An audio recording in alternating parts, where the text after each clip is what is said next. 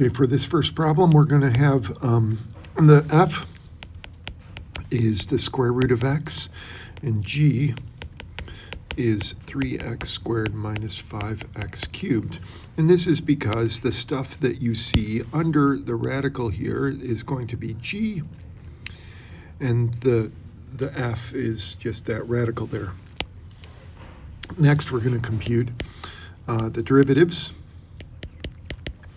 This, of course, is x to the 1/2 power. So 1/2 x to the negative 1/2 power is f prime. And then g prime is 6x minus 15x squared. Then let's put it all together.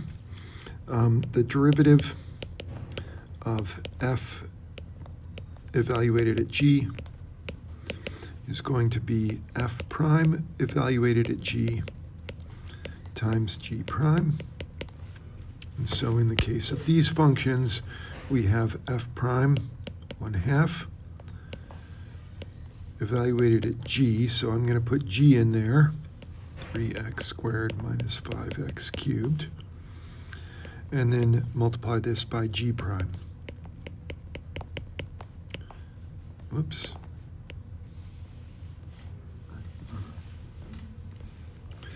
This next problem is not a chain rule problem. I just include it here because you should be aware that sometimes you're just going to do something else. So in this case, this is the product rule. This is f, this is g. So this is the product rule.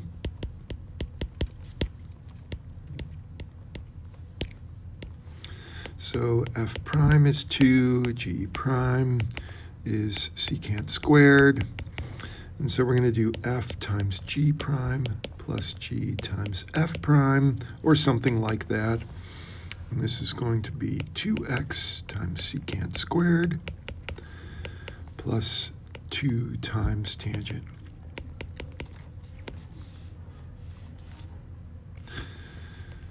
Here again, it's just a simple negative sign.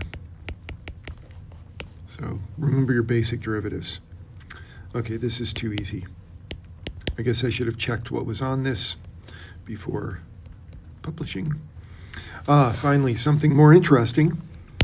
So here we're going to say that f is e to the x, and then g is x squared. So here again, you're looking for one function evaluated at another function. And so you have e to the, in this case, x squared. So let's do the derivatives. Whoops. F prime is also e to the x. G prime is 2x. Don't forget your chain rule. The derivative of f of g of x is f prime evaluated at g times g prime. So in this case, we have f prime evaluated at g, and g here is x squared, times g prime. And I'm going to rewrite that like this, just because it looks better.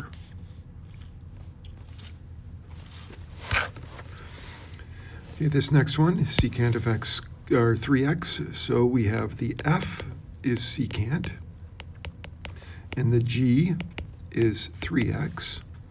So f prime is secant of x times tangent of x, and g prime is just 3. And that gives us, we're going to use the same, you know, it would be good for you to write it multiple times, but I don't feel like I need to write this thing over and over again. So I'm just going to copy this down here. And then we just have to sort things out and make sure that you get everything in the right place. So f prime evaluated g of x. So let's do f prime secant and tangent. So notice that that is f prime, but you're going to put g in there. Everywhere there's an x, you're going to instead put g. So that's going to be secant of 3x times tangent of 3x. And then g prime of x, I'll stick out here. And so I could clean that up. It looks like this, 3 secant times tangent of 3x. Ooh, this looks scary. That's better. Let's do this one, though. Okay, well, this is so bad. I don't know what I was thinking. Let's go ahead and do it, though. We'll start off with our f, and let's see, the f in this case is the cube root. G is this nasty fraction.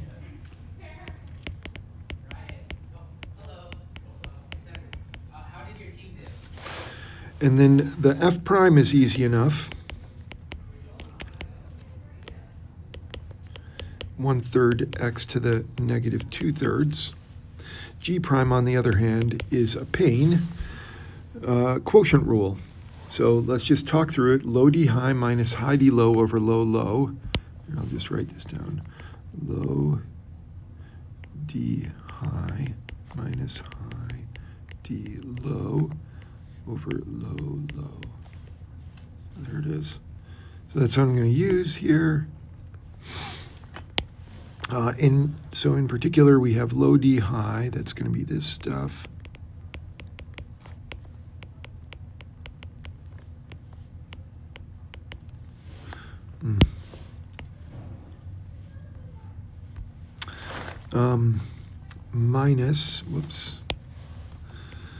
Minus high d low cosine of x plus sine of x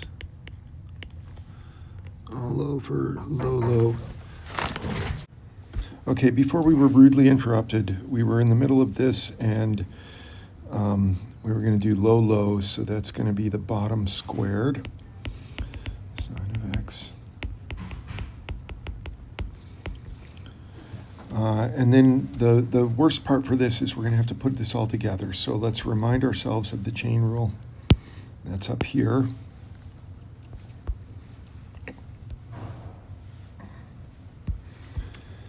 And then we're going to get 1/3 of g of x. So 1/3 of g of x to the negative 2/3. So what's g of x? It's this thing right here. So we're going to have to shove this whole thing into this radical, or into this parentheses,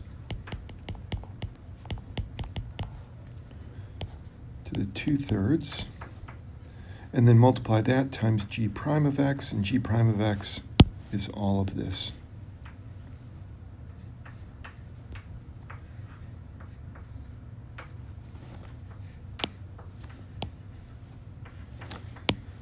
And there you have it. Okay, this final problem, you're going to do 2 chain rules. And the first chain rule, so these are both really similar. Both of these, your f is going to be x squared, and then your g is whatever trig function. So sine of x, sine squared x is the same as the sine squared. So in this case, g of x is equal to sine of x. And so we do the derivatives.